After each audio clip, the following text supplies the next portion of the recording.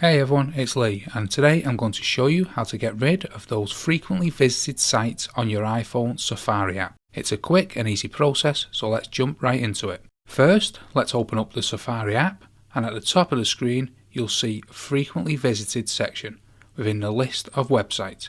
If you don't want this section to appear and you want to keep your browser history private, there are two things you can do. The first option is to tap the Edit button at the bottom centre of the Frequently Visited section. Then at the top of the screen, toggle off Frequently Visited.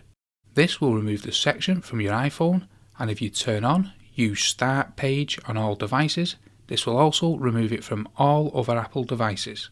Alternatively, you can remove all of your website history from Safari. To do this, go to your iPhone's settings here on the home screen, then scroll down until you find the Safari app. Tap onto Safari and scroll down again until you see Clear History and Website Data.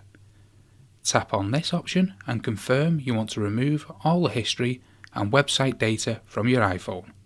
Once you've cleared your history and website data, those frequently visited sites will no longer show up in the frequently visited section. That's it for today's video. I hope this helps you keep your browsing history private. Thanks for watching, and I'll see you in the next one.